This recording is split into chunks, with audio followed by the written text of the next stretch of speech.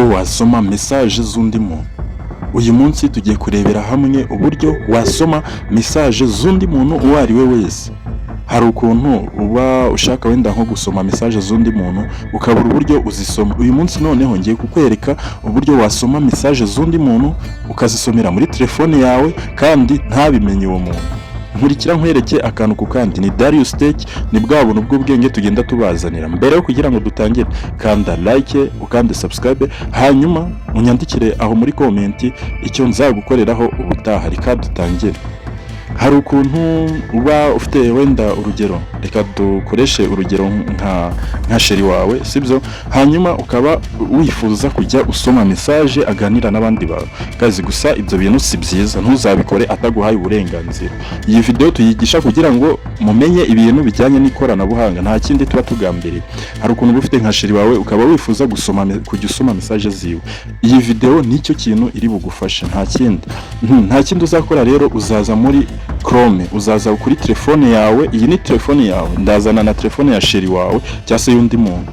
Hanyuma nurangiza wandike iri jambo, uzaza muri Chrome wandike message for web, gutya uzaza wandike iri jambo message for web.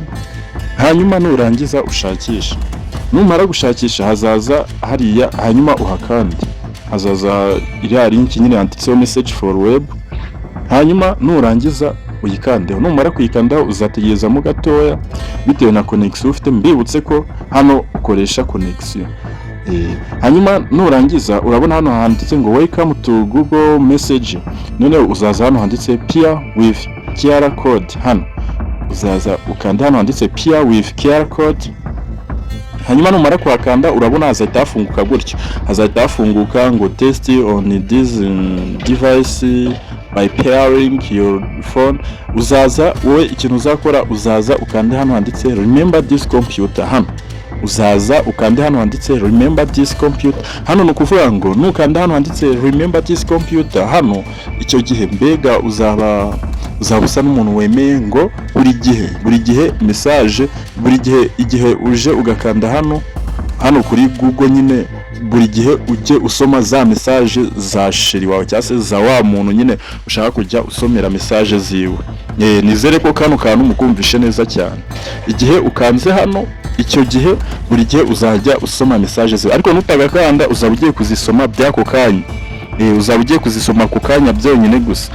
Noneho tuzanye na telefone ya sheri wanjye cyangwa se y'undi muntu. Urabona ya yindi iri hariya nyine ku ruhande. Noneho iyi tuzanye ni ya sheri wanjye, wa muntu nyine dushaka kujya dusomera message ziwe. Urabibona, uyu ni wa muntu dushaka kujya dusomera message ziwe. Uyu muntu noneho ikintu turakora ni iki? Turajya kuri Google, turajya kuri Play Store. Ndakeka nta muntu muri mwe mwese udafite Play Store.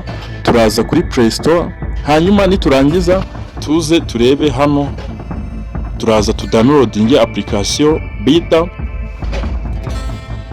Turaza kuri Play Store, hanyuma tuze hano turebe application bita message LLC. Gutya turaza twandike message LLC cyangwa se RRC.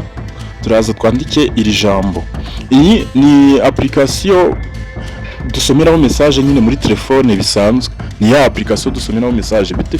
Gusa izira application inyinshi ntabwo zikunda nyine, inyinshi ntabwo ziba zihuje. Ariko iyo iyi application irimo hara muri telefone, n'ubundi ubona ari inzira mbega nyine ari ya application nyine isanzwe, ku buryo ki nyiri telefone atapfa kumenya ko ari indi application yagiyemo. Guys, kano kantu nako ubwenge mukitondere cyane. Gusa ibi bintu muzabikore ari uko uwo muntu mwabyumvikanye, utazabikora mu buryo butemewe gasanga uhuye n'ibihano tutagiye kuvugira hano. Wowe uzaza noneho udownloadinge ino application bita Google Message. Ikizakubwira ko ariyo uzabanze umakinge sure ko ari harenzeho ya jambo LLC. Nusanga ritarenzeho ntuzigera nyine iyo ngiyo ntabwo azaba ari. Uzaza noneho udownloadinge ino Google Message. Iyi ngiyi nitumara kuyidownloadinga dushaka twahita dukuramo na ya indi isanzwe, ya indi ya message isanzwe dushaka twahita tuyikuramo. Ariko twe ntabwo turi buyikuremo kuko zinabayemo ari ebyiri, nta nicyo byaba bitwaye. Sibye ko na nyiri iyo telefone atanabimenye, ntabwo yamenya ko ari nuze ebyiri, application ebyiri. Okay, noneho turaza tukimara kuyidownloadinga urayibona dore ngiye dore ngiyi kanyibereke neza, dore ngiyi yanditseho message, kabze nyibereke neza, dore ngiyi. Okay, uraza noneho uyikandeho, dore ngiyi uraza uyikandeho. Tukikandaho hano bigusaba kuba telefone yawe irimo email, urabibona ko ngiye harimo email, bigusaba kuba harimo email.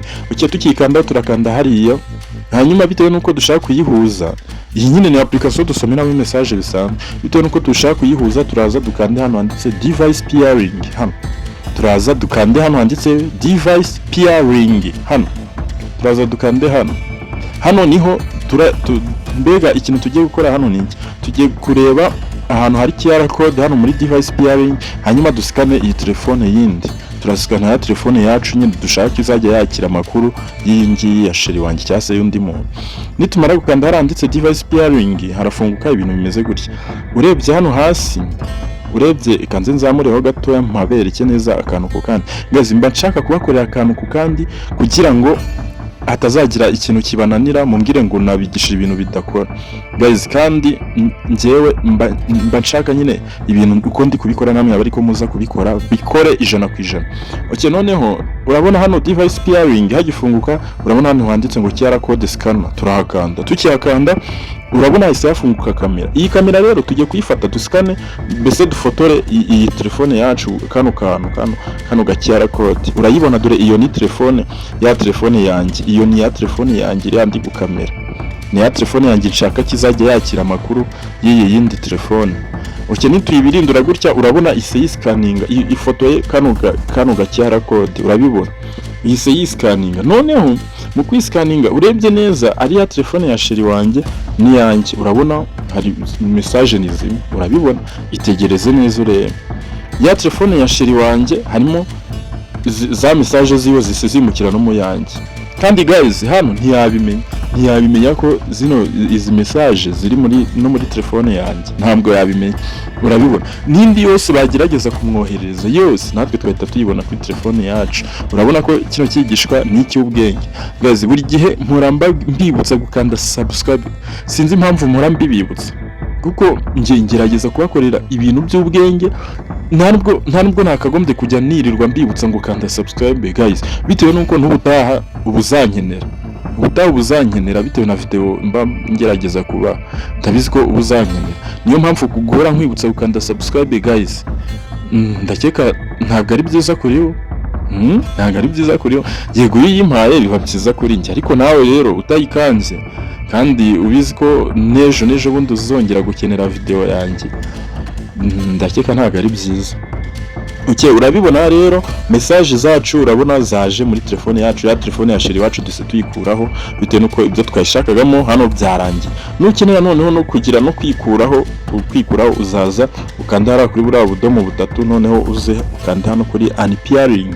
Hano icyo gihe uzaba umukuyeho nyine muri system, ntago uzaba ugikomeje kumukurikirana, gusa igihe utari wabikuraho hano uzamukurikirana paka kabisa. Guys, nkwibutsa gukanda subscribe, like, comment, share n'ingenzi.